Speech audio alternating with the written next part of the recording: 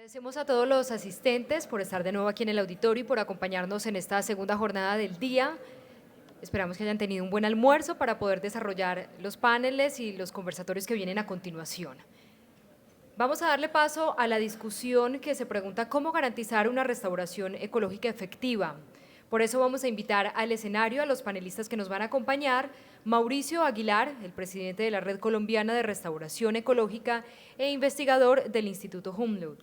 También llamamos aquí al escenario a José Rodrigo Castaño Díaz, es el director de la Fundación Guanacas. Recordamos que fue elegida como institución ejemplar del año.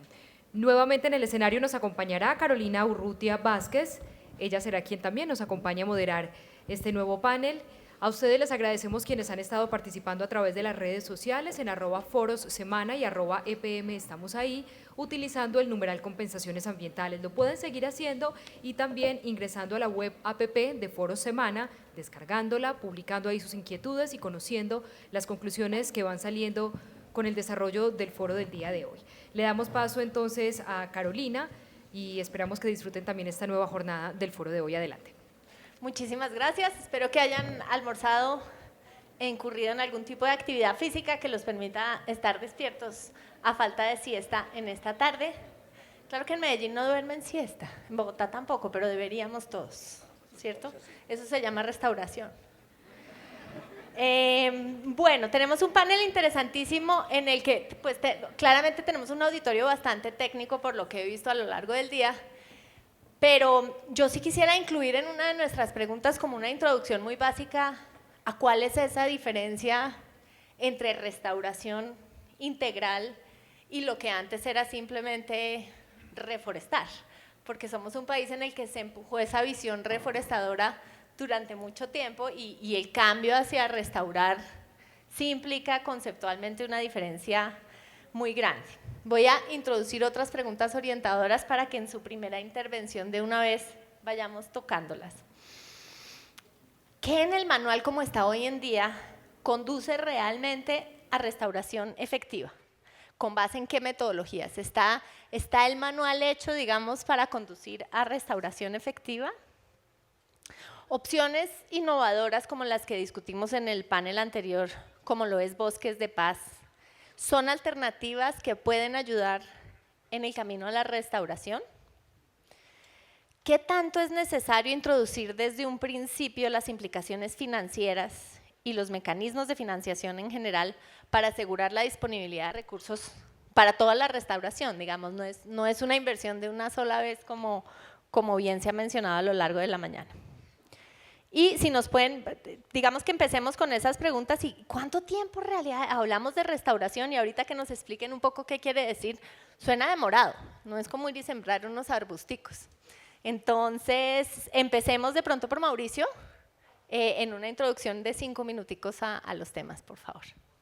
Bueno, muchísimas gracias.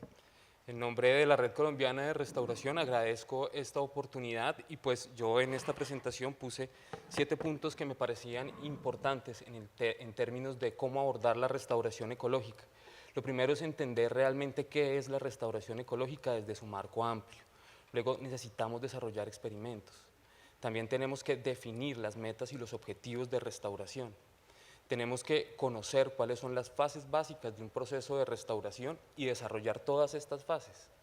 Asimismo, debemos tener un equipo profesional adecuado que esté con los conocimientos y además que sea un equipo interdisciplinario. Se tiene que tener el tiempo suficiente y la intervención tiene que darse en el momento oportuno. Y también se tienen que destinar los recursos, no solamente financieros, sino muchos tipos de recursos. Entonces, podríamos particularmente dar la definición de qué es restauración, pero lo más importante de esto es que es un proceso de asistir hacia un objetivo. Cuando una señora va a tener un hijo, quien hace el trabajo de parto es la señora y el hijo, no el médico. El médico asiste, en este caso el restaurador asiste a que la naturaleza haga el trabajo y finalmente pues ese es el proceso que queremos llevar, ayudar a que se recompongan. Pero lo más interesante de la restauración es que lo que busca es mejorar esa relación entre el hombre y el sistema biofísico, para mejorar la calidad de vida humana, por supuesto. La restauración ecológica tiene 4 componentes fundamentales que normalmente suelen pasarse por alto. El componente dinámico, que hace referencia a la sucesión y los disturbios, que es el mecanismo mediante el cual un ecosistema se desarrolla. También tiene un componente histórico, y es que una fotografía, como la vemos en la pantalla, como ese paisaje que es en el cañón del río Barbas, tiene esa configuración espacial y estructural porque tiene una serie de factores formadores, y eso debemos reconocerlo al momento de restaurar. También tiene un componente territorial en donde hay una serie de gradientes que es importante reconocer. En esa fotografía hay distintos tipos de vegetación y cada uno responde a porque hay una condición particular de suelo. Si no se reconocen esos gradientes, tampoco podemos abordar de una manera adecuada la restauración ecológica. Y por supuesto que existe un componente social. Podríamos también comparar la restauración un poco con la medicina, si me lo permite. Aquí tenemos dos sistemas que están afectados, un sistema que llamamos Falcao García y el otro que es un área afectada por retamo espinoso. Y entonces ambos sistemas tienen una serie de factores que hacen que se degrade o que se mantenga enfermo. Unos factores que han sido llamados tensionantes o limitantes en el caso de un ecosistema, y en el caso de la medicina pueden ser factores internos y factores externos. Imaginémonos cuando Falcao estaba jugando, tenía unas condiciones físicas típicas, únicas y genéticas que lo constituyen como ser humano. Esos serían los factores intrínsecos. Lo extrínseco entonces sería durante el juego, cuando él choca, cuando él hace las jugadas, él se está poniendo constantemente en riesgo. Y cuando ocurre el choque, que ocurre el accidente, pues ahí ya tenemos un problema que necesita restauración, rehabilitación o recuperación. Asimismo ocurre en un ecosistema, entonces los factores tensionantes son esos agentes externos, los limitantes es lo que tiene el sistema degradado en sus características, y finalmente se produce un disturbio. Entonces, nosotros en un proceso de restauración tenemos 4 fases básicas, mínimas, que siempre se tienen que llevar. Lo primero es el diagnóstico. Yo creo que ninguno de nosotros se dejaría hacer una intervención clínica si no tiene un diagnóstico. Por ejemplo, si uno tuviera un problema de ligamento, pues uno esperaría una radiografía o una resonancia magnética. Asimismo debe ser con la restauración, debe ser un diagnóstico adecuado para el problema que tiene. Lo siguiente es la intervención, que esto es un poco más claro, se puede revegetar. Entonces, la revegetación o reforestación es una de las tantas técnicas que hay dentro de la restauración. Luego existe la evaluación y seguimiento. Después de que hay una cirugía, ¿sí?, con toda una serie de técnicas que no solamente es la operación, sino las pastillas y demás, pues luego viene un momento en donde el cirujano lo ve a uno, después de esa intervención. Este momento de evaluación y seguimiento es importantísimo porque le permite al cirujano corregir o volver a direccionar ese proceso. Lo mismo se tiene que hacer en restauración. Y en la parte de socialización, que es muy importante, entonces, es el momento en donde el paciente tiene que cambiar de actitud. Y esto también es importante en la restauración ecológica. Puede ser que exista el mejor cirujano y haya la mejor cirugía, pero si la persona no cambia su actitud frente al ecosistema, va a seguir ocurriendo con estos mismos problemas que originaron la situación inicial. Y me robo un minutico más para explicarles que, y entonces lo que nosotros queremos es que Falcao, con el objetivo, vuelva a hacer goles. Nosotros esperamos entonces que el ecosistema pueda tener la capacidad de regular y prestarnos bienes y servicios, pero en otra opción podríamos tener un ecosistema que presta bienes y servicios, no exactamente al ecosistema original, pero bienes y servicios útiles y deseados por la sociedad. Y la gran diferencia aquí en esta restauración y rehabilitación es que esta rehabilitación va a necesitar cierto acompañamiento, es decir, cierto subsidio durante cierto periodo de tiempo. En esta imagen pongo a un señor que está con un bastón, como para simular que, por supuesto, recuperó estructura, función, se parece a una pierna, pero no va a poder jugar fútbol tal vez. Y en la otra situación tenemos entonces la recuperación, que realmente no se parece mucho al ecosistema original, pero le permite a la persona la movilidad. En este caso, por ejemplo, en la fotografía, en el caso de restauración, muestra una cantera que se convierte en un parque. Muchas gracias. Excelente analogía, muchas gracias. Rodrigo, ¿cómo hacen ustedes restauración? ¿De qué forma aplican estos criterios y cuál es la experiencia de Guanacaste? Gracias. Primero que todo, un saludo muy especial para todos y gracias a la revista Semana y a EPM por esta invitación tan importante. me queda muy difícil superar lo que Mauricio dijo, pues nos dio una cátedra de 5 minutos, excelente. Frente a la pregunta puntual, nosotros somos un proyecto que comenzó hace 26 años y desde el primer momento siempre tuvimos claro que nosotros no íbamos a introducir especies que no fueran de ahí. O sea, ahí estamos hablando ya de restauración ecológica, restauración arbórea, pues por decirlo así. O sea, siempre comenzamos analizando qué árboles habían en estos ecosistemas. Estamos hablando de Santa Rosa de Osos, Cordillera Central, un bosque alto andino. Entonces, primero hicimos pues un primer análisis. Claro que tengo pues que contarles que nuestro proyecto, para que me comprendan, yo soy psicólogo, yo soy filósofo, yo no soy biólogo, ni soy ingeniero forestal, ni nada que se le parezca. Este fue un proyecto que surgió específicamente pues del corazón, pero en todo este trasegar, todo lo que he logrado adquirir pues, de conocimiento hoy ha sido justamente por todo este pasaje, todo este camino. Entonces justamente, muy rápidamente, afortunadamente, logramos identificar que teníamos que saber en nuestro territorio qué habíamos perdido, qué estábamos perdiendo, cuáles especies estaban en vulnerabilidad e inmediatamente comenzar pues a crear un vivero, a generar estrategias para retornar, como su misma palabra lo dice, a un similar estado anterior. Entonces, básicamente, esto es pues, como lo que hemos hecho en estos 26 años y muy específicamente en estos últimos 10, que estamos pues, íntimamente ligados a la restauración en bosques de niebla altoandinos. ¿Y eso es ligado a proyectos productivos? O sea, ¿ustedes trabajan en compensación para empresas o es por su cuenta? ¿Cómo funciona? Bueno, mira, nosotros desde la creación de los estatutos, y cuando digo pero nosotros como por no decir yo solo, yo con yo, porque esto es un trabajo… ¿Tú y un computador? Sí, prácticamente. Mis estatutos demoraron 365 noches hasta que por fin terminé. Hay algo, comenzamos de una forma muy tímida, ¿cierto? ¿Cuál es la pregunta? Perdóname.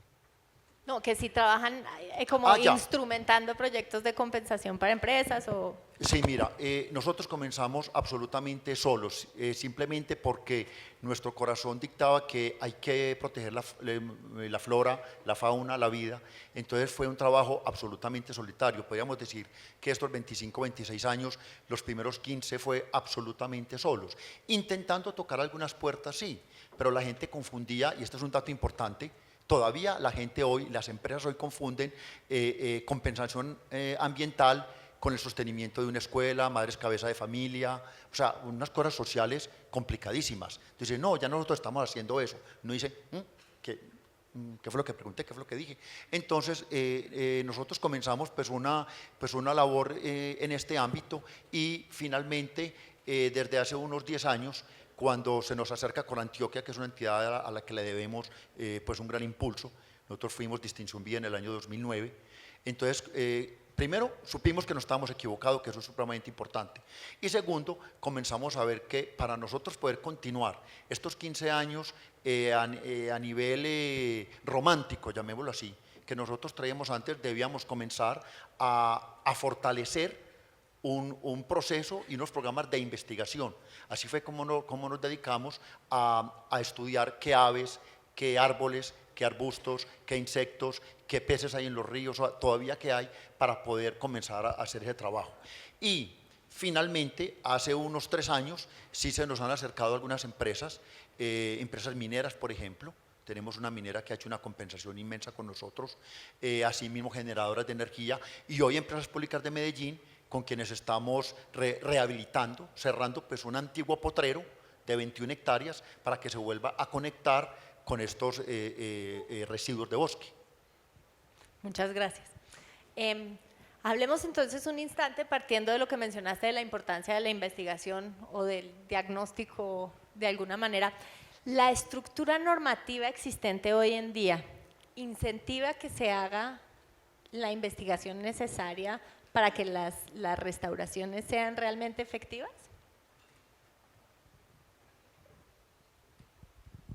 Parcialmente, por no decir que muy poco. La investigación ha sido muy olvidada en estos temas y es importante recordar que la restauración ecológica se enriquece gracias al desarrollo de la ecología de la restauración, que es una ciencia. Entonces, como ciencia, es la encargada de estudiar cómo se degradan los ecosistemas y cómo se recuperan. Y nosotros tenemos muchas particularidades en tipos de ecosistemas, en tipos de paisajes, en especies, es un país megadiverso.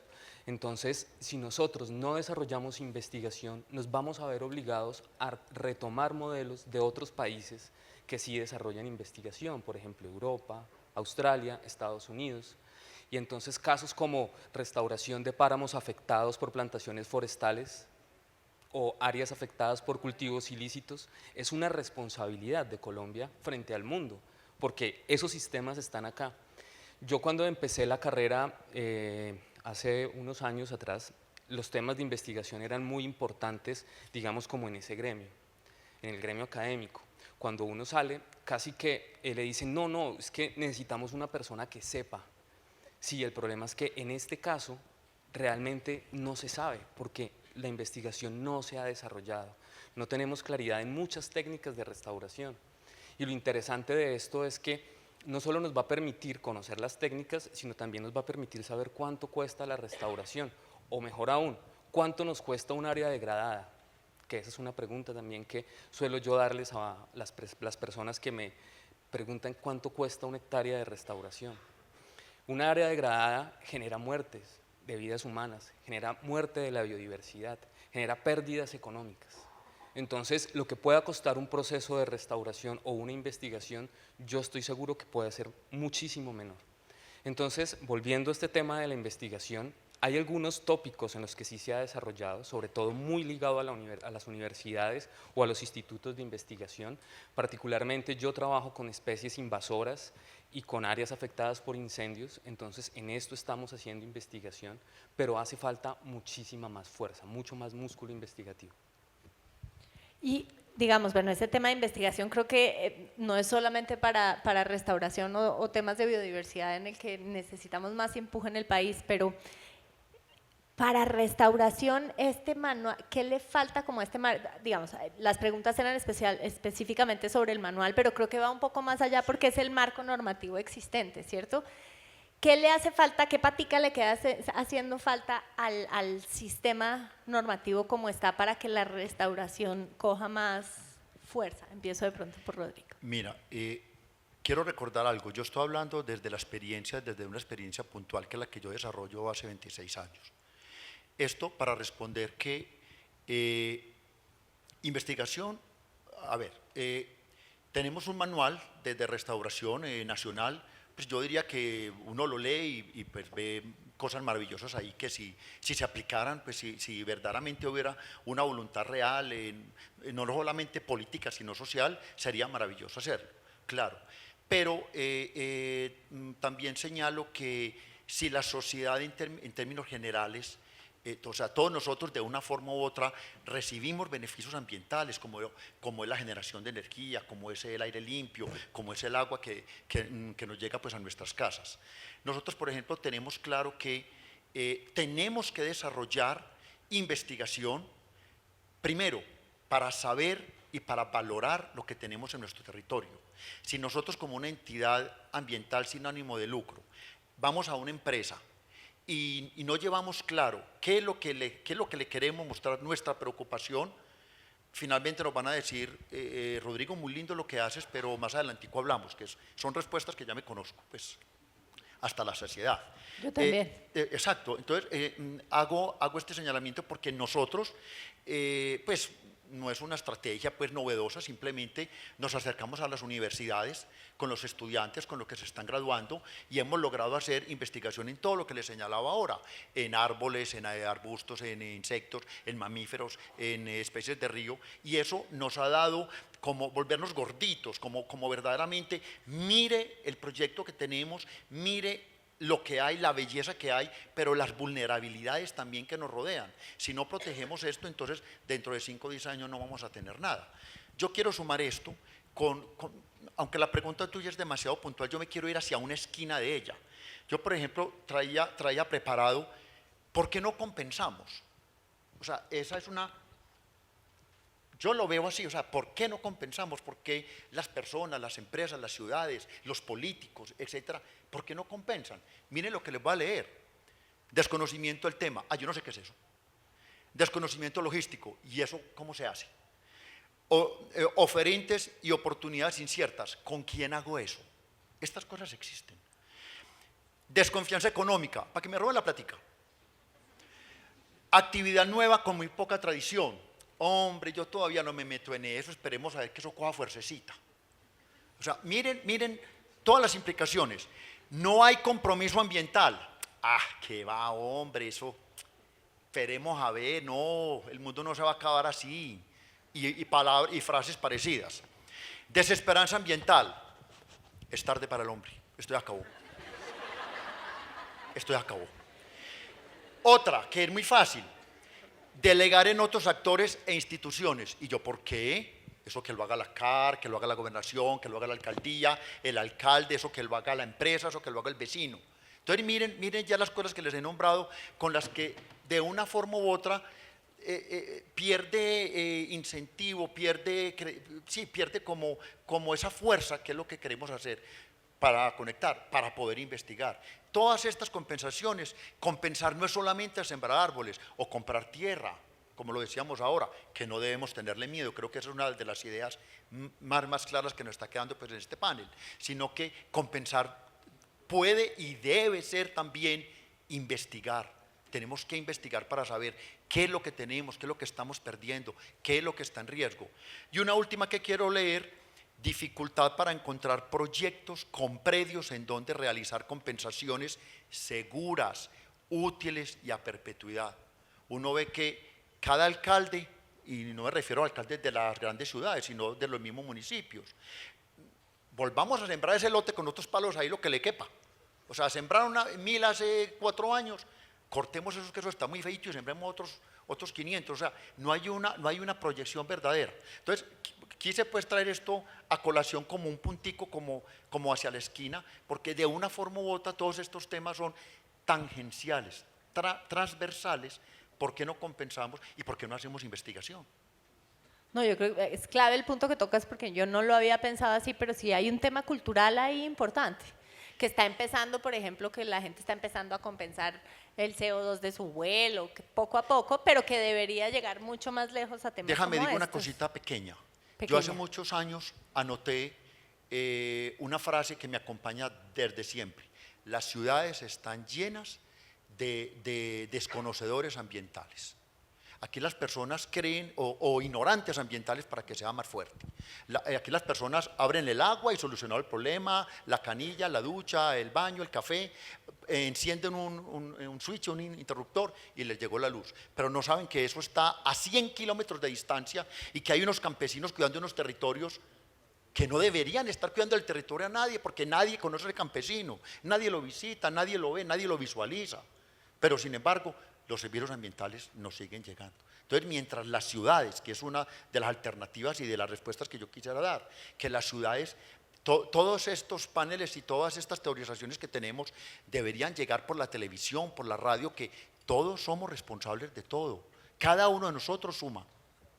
Yo, de hecho, me acuerdo el momento en mi infancia en que como que me tuve esa pregunta de dónde vendrá el agua, ¿sabes? Como cuando le dicen a uno de chiquito la leche, ¿de dónde viene? De la bolsa. Del supermercado.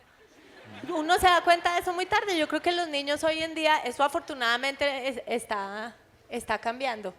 Ese tema cultural es muy importante y hay un tema, mencionabas algo que es clave en toda la comunicación de cosas ambientales y es que el apocalipsis es la peor herramienta de comunicación del mundo. Decir que se va a acabar, pues pasemos bueno mientras se acaba, prenda la luz, fumémonos un cigarrillo. Pero parte importante de acabar con el discurso apocalíptico es tener casos demostrativos de cuando las cosas están haciéndose bien.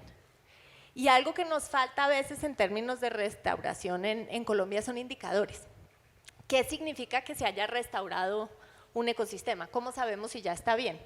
Vimos en tu presentación la diferencia entre la muleta y la prótesis, pero ¿cómo podemos, digamos, contar esas historias de la restauración que sí está pasando, que está pasando sobre la base de evidencia científica y que es un ejemplo para todos? ¿Los hay? Sí, los hay. Pero quisiera también llegar a la pregunta anterior, que tú decías que le está haciendo falta a este manual, ¿cierto? El manual direcciona el Plan Nacional de Restauración. Y lo interesante del plan es que puede explicar más o menos cómo se hace un proceso de restauración. El gran inconveniente que yo veo ahí es que primero se está destinando recurso casi que de manera exclusiva de las compensaciones. Entonces aquí vamos a dejar una gran cantidad de áreas que vamos a estar perdiendo por nueva degradación. Además, el 48% del territorio nacional ha sido transformado. Yo creo que con esas compensaciones no vamos a alcanzar a cubrir ese 48%. Entonces no podemos depender solo de las compensaciones. Lo siguiente es que el Plan Nacional de Restauración no tiene un acto administrativo, es un documento que simplemente guía. Entonces, en el momento que cualquier nuevo gobierno quiera entrar y decida aceptarlo o no, este gobierno decidió aceptarlo, puede ser que el siguiente sí o no, pues esto sencillamente puede ir cambiando. Entonces, ¿Y el plan tiene prioridades? sí, tiene objetivos, tiene prioridades, tiene una serie de metas, tiene una temporalidad y digamos que si no hay un acto administrativo es posible que no se pueda llevar a cumplir o que no haya una obligatoriedad en su cumplimiento. Bueno, ahora me preguntabas de cómo poder saber si se está haciendo o no la restauración. Lo más importante en el principio es definir un objetivo de restauración y unas metas que se van cumpliendo de manera parcial. En la presentación yo tenía unas fotografías ahí donde presentaba los 7 puntos y en esas fotografías estaba mostrando un proceso de restauración en Bremen y Barbas, en el Quindío. Fue un proceso que inició más o menos en el 2003 y que aún continúa. En ese proceso se planteó la recuperación estructural y funcional y conectar 2 reservas, ¿sí? El cañón del río Barbas y la Reserva Natural Bremen. Entonces ellos se ponían como meta que, bueno, en una de esas reservas no había monos aulladores, en cambio en la otra había pava caucana.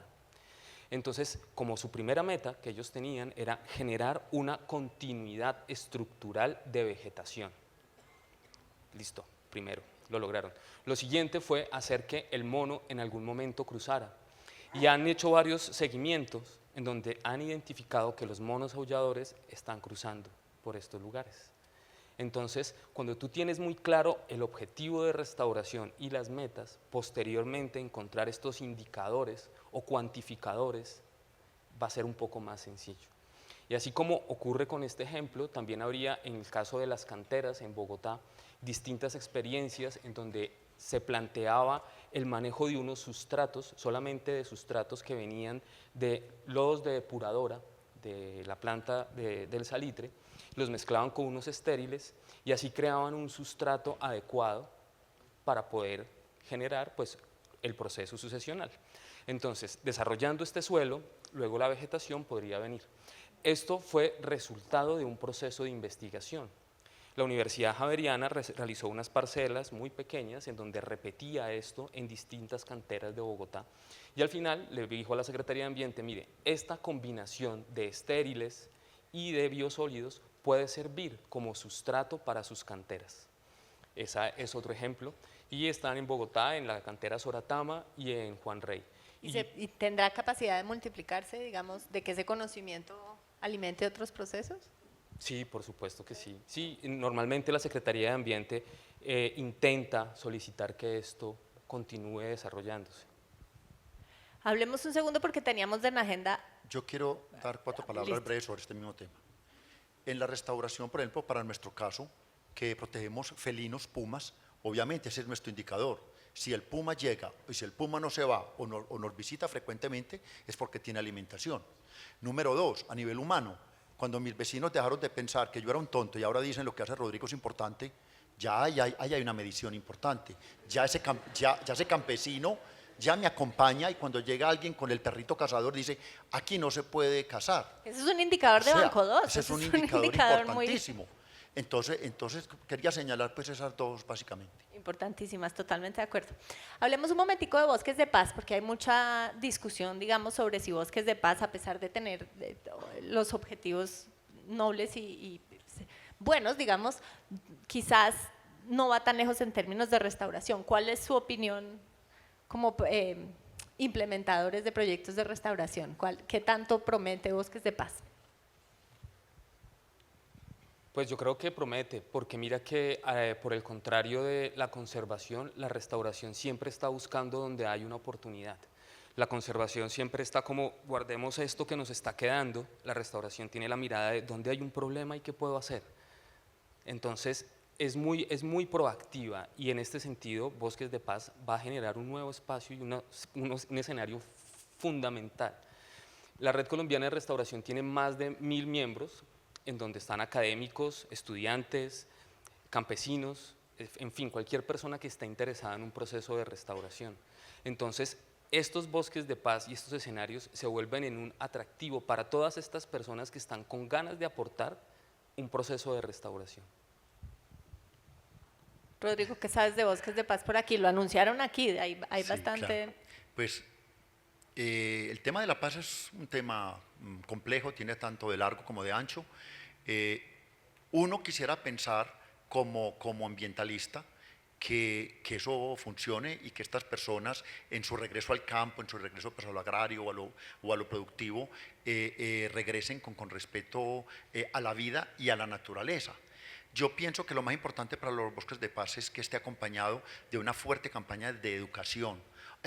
Pero educar no es la cartilla, la cosita en la radio, la televisión, sino que educar es que los pobladores valoren lo que tienen a su alrededor, o sea, de lo que hacen parte. Si no hay valoración, por ejemplo, las personas de las ciudades no valoran absolutamente nada porque es que el 99% no conoce un bosque. Pues es que ni siquiera saben cómo brota el agua. Una anécdota. Algún día fue a la fundación, a nuestra sede central, un grupo de niños y uno de los niños, pues yo hablándole sobre toda la cosa y el niño me jalaba la camisa desesperado. Yo, ¿qué hubo, mijo? ¿Qué le pasó? Venga. ¿De dónde se cierra ese chorro de agua que entra al patio? O sea, hay un chorrito que cae al patio permanentemente. Entonces, miren que los niños no saben de dónde brota el agua, de dónde viene el agua. Tal vez les han mostrado la foto, pero eso mismo ocurre con nuestras ciudades. No hemos valorado nuestros territorios estratégicos. Medellín es una ciudad pequeñita, inmersa en un valle con otros municipios vecinos. Y todos los servicios ecosistémicos de Medellín vienen de municipios que ni siquiera conocemos. Entonces si no valoramos esos municipios lejanos, para poder proteger, es muy difícil, ¿cierto? Tengo pocos minutos para una última pregunta que quería hacerles. Como sabemos que están, digamos, repensando el manual y las modificaciones que necesita para hacerlo más útil posible, yo siempre creo que esas reuniones deberían empezar cuando están trabajando sobre un documento así. ¿Quién aquí ha restaurado? O sea, que la gente que hace el trabajo participe en la normatividad, porque si no se aleja mucho. Es decir, yo soy técnica de escritorio, yo vivo en la ciudad, como hasta los 8 años supe de dónde venía el agua, pero uno para echarle cabeza al tema de compensar, pues tiene que tener alguna experiencia. ¿Ustedes creen que hay suficientes canales como de comunicación y de participación entre ustedes que están liderando proyectos en el territorio y digamos los cuerpos técnicos que están trabajando en los manuales? Sí, los hay. Hay que fortalecerlos. Precisamente la intención de que estuviera la Red Colombiana de Restauración era precisamente permitir esa conexión entre todas las personas con interés en restauración. Y de esa medida no solamente pensamos en la persona que está en el territorio, sino en los que están en las ciudades y también incluso en otras redes internacionales, como por ejemplo la Sociedad Internacional de Restauración. Entonces nosotros vemos que una persona que esté en lo local podría tener información desde lo internacional, porque está conectado a través de las redes. Yo quería mencionar también otro ejemplo de restauración en donde es muy pertinente estos temas de bosques de paz. Yo tuve la oportunidad de llevar un proceso en los cerros orientales de Bogotá y el capital humano eran los exhabitantes de calle, eran jóvenes del IDIPRON, ex drogadictos, ex de todo. Entonces, lo primero que iniciaban ellos era un proceso de resocialización y en la parte final tenían una capacitación muy fuerte en términos de jardinería, manejo de herramienta y por supuesto algunas técnicas de cómo controlar una planta invasora que era el retamo espinoso. Lo interesante de esto es que después de ese proceso que duró más de un año, ellos pudieron continuar con una vocación profesional muy cercana hacia la restauración. Entonces, lo interesante de un proceso de restauración es que nos cambia la forma de pensar, ¿sí? Entonces, con esto lo que nosotros no solamente proponemos es que cambiemos de un momento de guerra, ¿sí?, a un momento de paz, y asimismo a un momento de destrucción, a un momento de restauración y de conservación.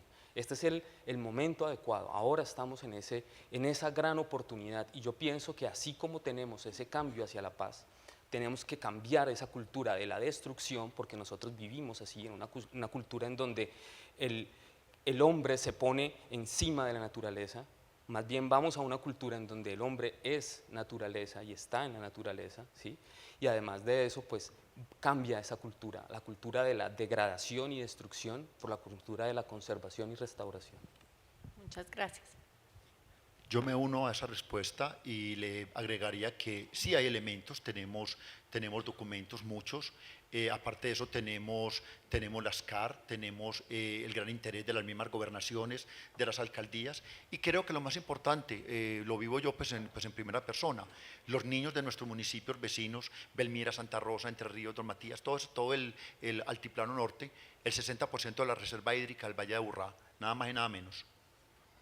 Ya los niños, ellos siempre han estado despiertos, pero ya ellos están pilosos con estos temas, inclusive enseñándoles a sus mismos padres de la mariposita, de la hormiguita, la cosita. O sea, todo lo grande comienza siempre pequeño. Creo que lo más importante es que hay una motivación, obviamente, que ha sido interiorizada con procesos tan amenazantes como el cambio climático, tener que usar bronceador para salir todas estas variables que nos han preocupado. Entonces, creo que ahora sí hay herramientas. Me gustaría mucho que las conclusiones que hemos llegado hoy, que hay mucha documentación y que también hay voluntad y que hay dinero, pudiera llegar verdaderamente pues, a todos estos procesos ambientalistas, ¿cierto? Rodrigo, mil gracias. Mauricio, gracias, se nos acabó el tiempo. Quedo aún más optimista. Entonces, tuvimos sesión, hay plata, ¿cierto? Hay políticas. Hay gente que lo sepa hacer. Vamos bien. Vamos. Muchas gracias.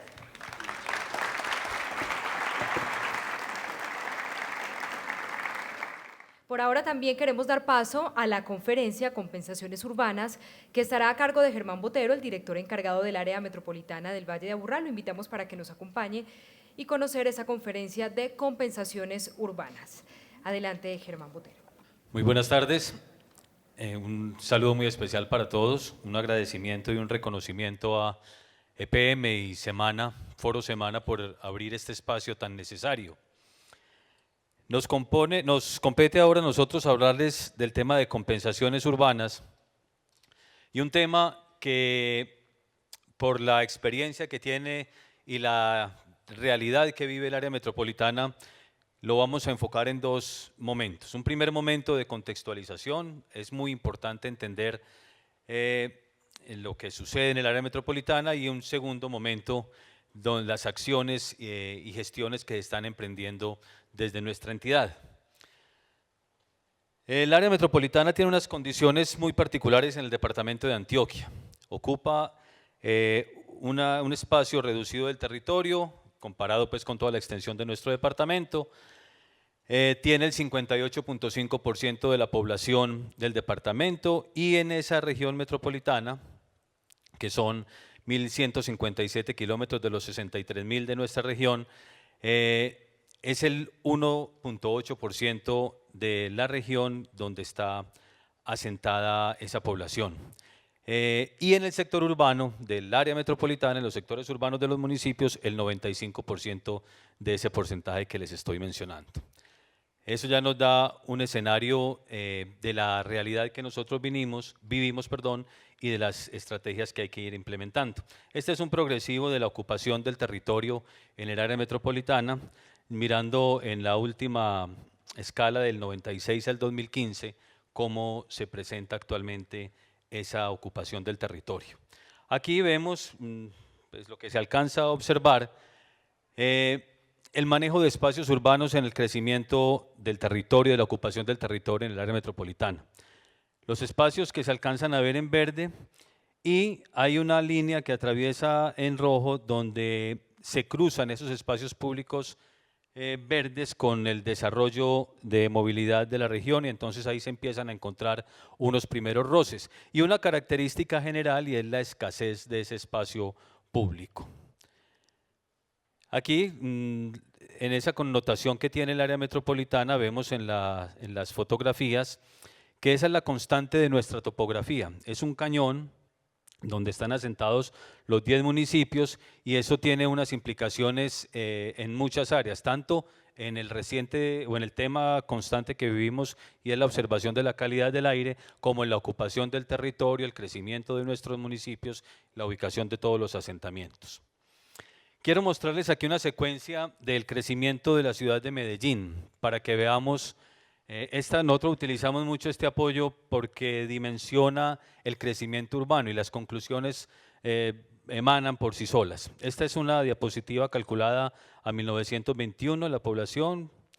Vamos en 1945, 1981 y vemos el crecimiento hacia las laderas en el 2012. El 2015 se nota aún mucho más, las proyecciones al futuro, y vamos a ver que en una vuelta estamos ya, al menos con el altiplano del oriente antioqueño, ya somos vecinos, y ese cordón verde que ahora nos separa, tan importante para toda nuestra calidad de vida, va a estar, no se ve. Esta es una primera etapa del contexto que nosotros queremos mostrarles para entender lo que es el área metropolitana y cómo nos vamos enfocando al reto que nos propone la Conferencia de las Compensaciones Ambientales. Hay dos indicadores importantes para dimensionar este tema y tienen que ver con informes que ha dado la Organización Mundial de la Salud. Frente al tema de espacio público que se requiere para garantizar calidad de vida por habitante, se estima que son 9 metros cuadrados por habitante. Las investigaciones que ha hecho el área metropolitana y diferentes organizaciones arrojan un resultado actual de 4 metros por habitante.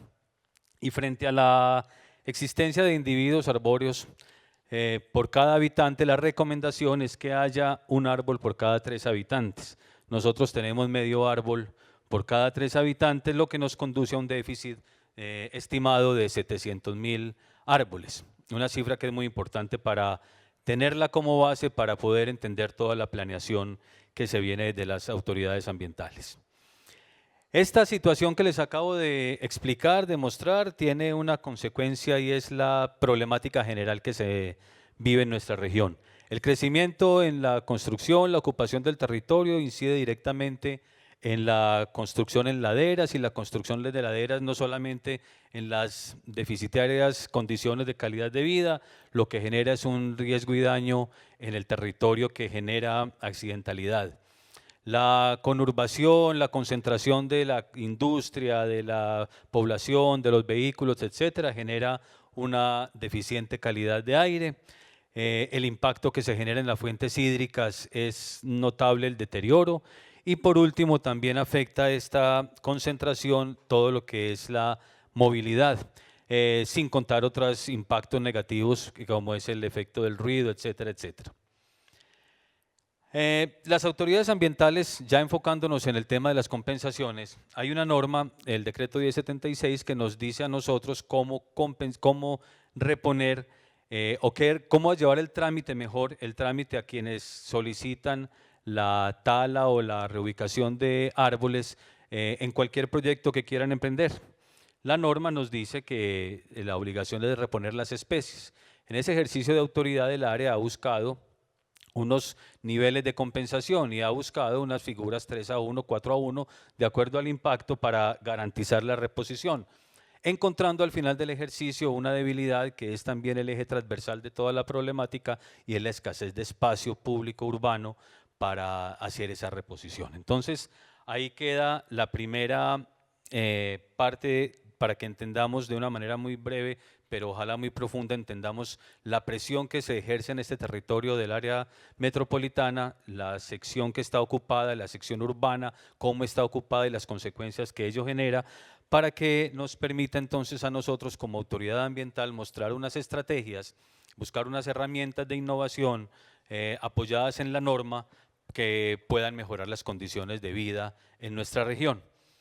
Lo primero que ha hecho la Junta Directiva del Área Metropolitana, reconociendo la situación, el riesgo, las implicaciones que ello tiene, es formular normas, presentar normas que nos permitan mayor actuación y una movilidad mucho más rápida, movilidad en la norma, y que tenga un impacto mucho más certero y oportuno. Existe en este momento el estudio de un proyecto de acuerdo metropolitano que nos ayude a reglamentar todo lo que tiene que ver con espacios públicos verdes y arbolado urbano. Ya tenemos unos datos anteriores que ese arbolado por habitante estamos en sentido crítico, un alto déficit. Y entonces con este acuerdo lo que pretendemos es dar algunas estrategias, este es el alcance que tiene ese acuerdo, para que una vez implementado nos dé herramientas a todos, tanto a las autoridades, entidades públicas como a todo el sector privado, para mejorar las condiciones de vida y al menos buscar que uno de esos objetivos que tiene la sociedad, de la sostenibilidad, de la calidad de vida, se puedan ir garantizando. Entonces, ese acuerdo metropolitano, como norma general, pretende esto, tiene estos alcances.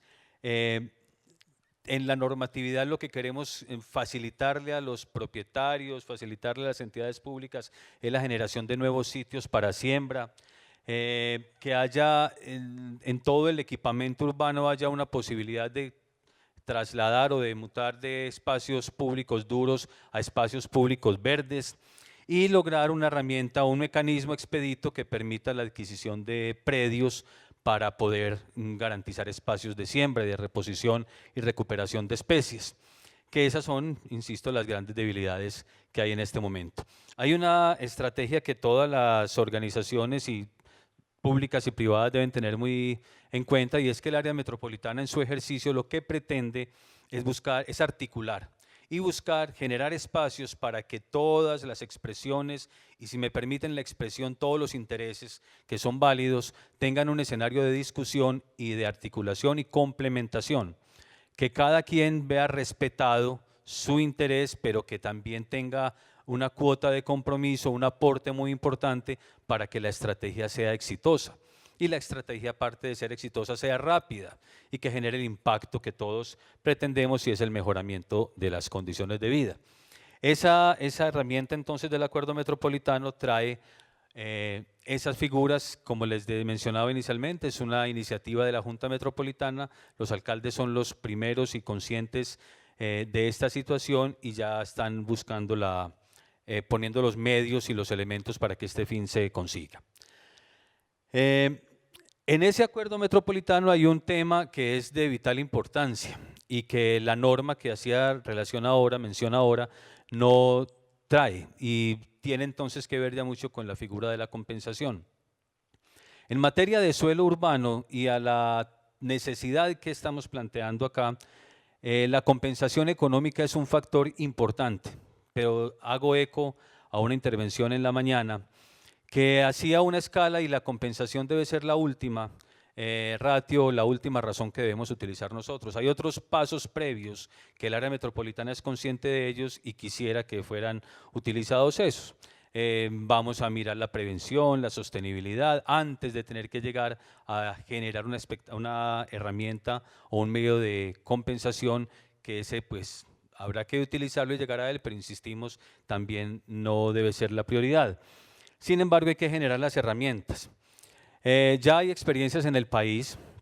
El área metropolitana de Bucaramanga, por ejemplo, tiene ya un acuerdo metropolitano donde valora el árbol de acuerdo a las condiciones que él presenta, hay unas tablas y unos rangos, y está ya implementando esta estrategia.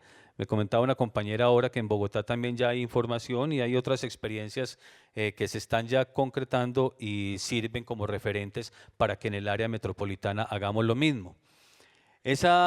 Hay un cuestionamiento con los recursos que se generen, uno de orden legal y el otro práctico, y es que esos fondos, ¿quién los recibiría?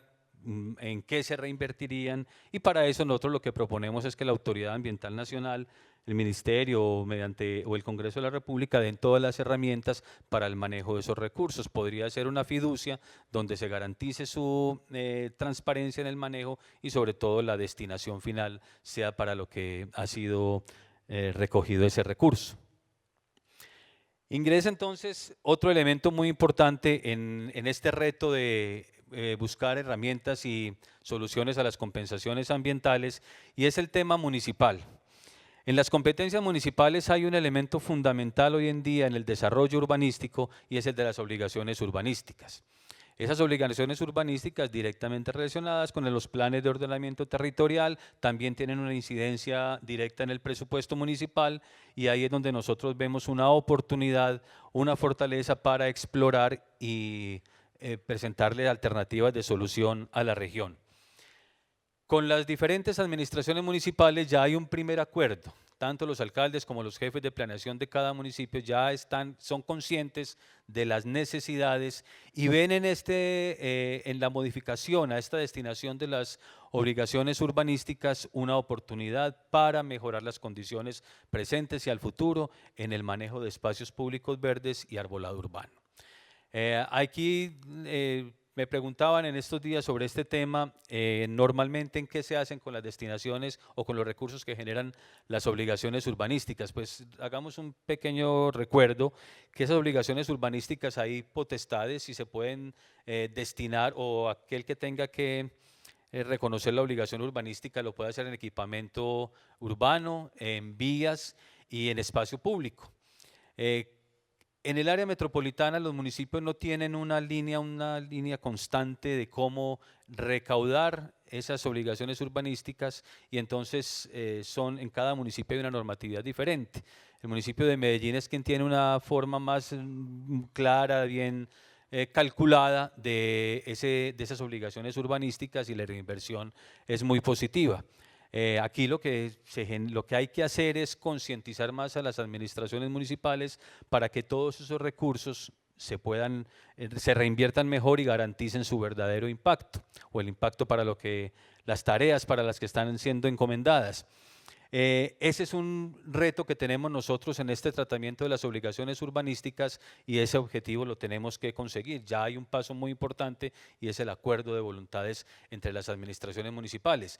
¿A dónde nos conducirá esa decisión? A garantizar espacios públicos para la siembra, espacios públicos verdes, y por lo tanto pues todas las redes ecológicas y todos los corredores viales que van a tener refuerzo en la parte de siembra, y sobre todo las cuencas y el recurso hídrico va a tener también un aliado y una herramienta muy importante.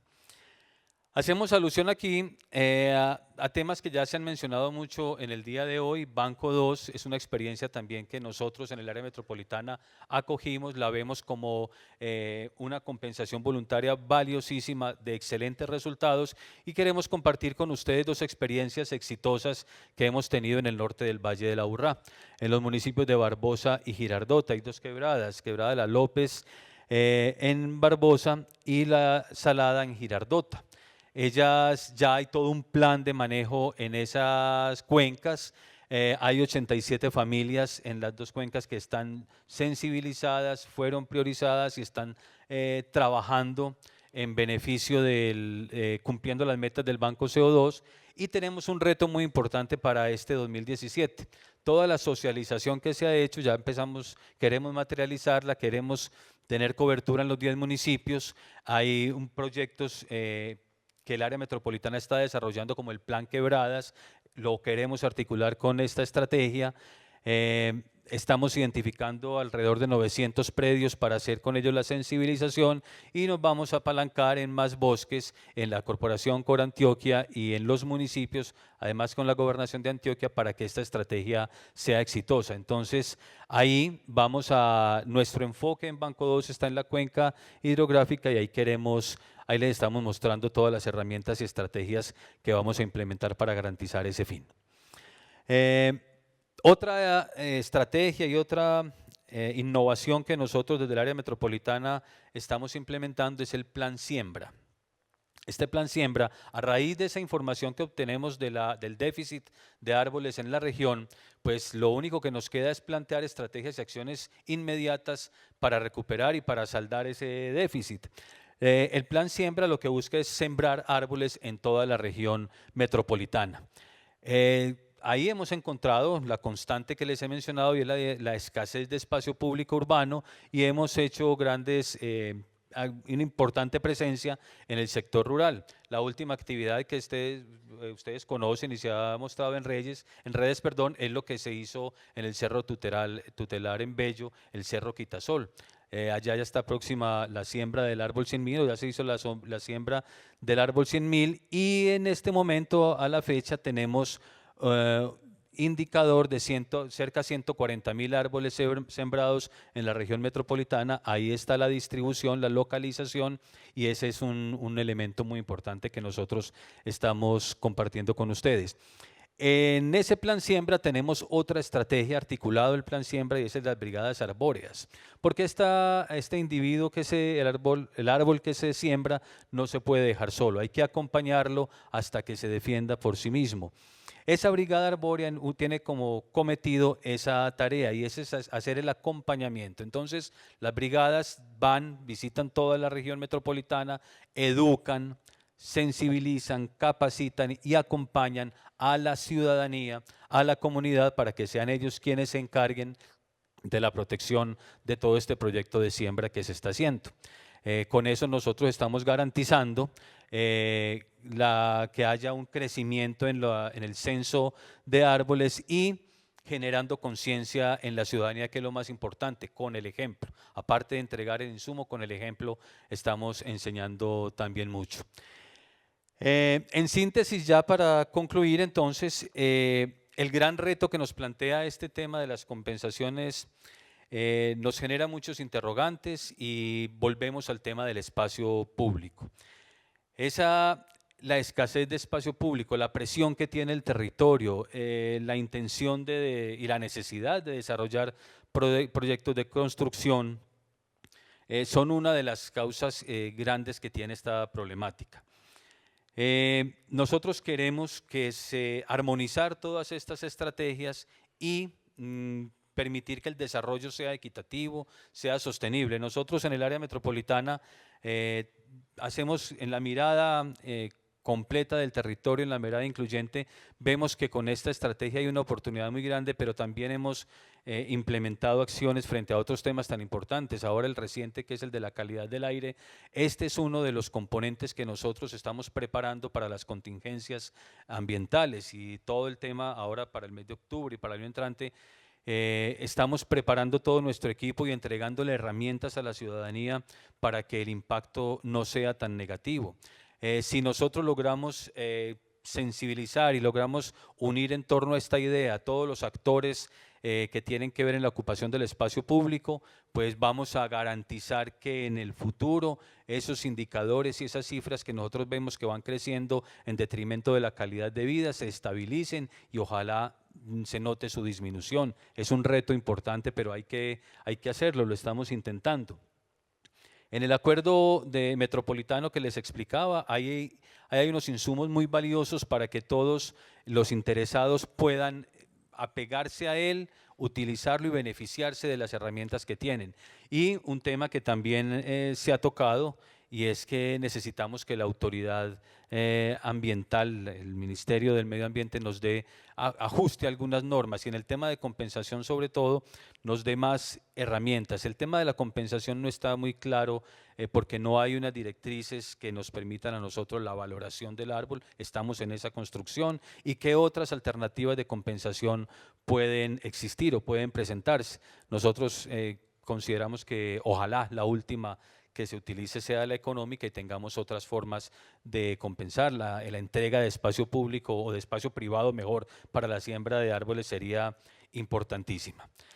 En ese orden de ideas entonces nosotros aportamos nuestro grano de arena en el ejercicio de la autoridad ambiental, hacemos una tarea juiciosa de seguimiento en todas las competencias que tenemos. Con la presencia que tenemos en el territorio nos esforzamos mucho por hacer campañas, educar mucho a la ciudadanía para que puedan desarrollar todas las estrategias que tiene que la norma nos obliga y que la necesidad y el día a día y la realidad también nos vuelve obligatorias. Se requiere como todo el apoyo de la ciudadanía, creer en los procesos y que haya una vinculación muy efectiva en el actuar. No podemos dejar al Estado solo con estas responsabilidades y la cuota que cada uno de nosotros debe aportar tiene que ser en un alto porcentaje para garantizar la sostenibilidad del crecimiento y en cuanto a especies arbóreas, que haya también esa población siga creciendo todos los días. Muchas gracias.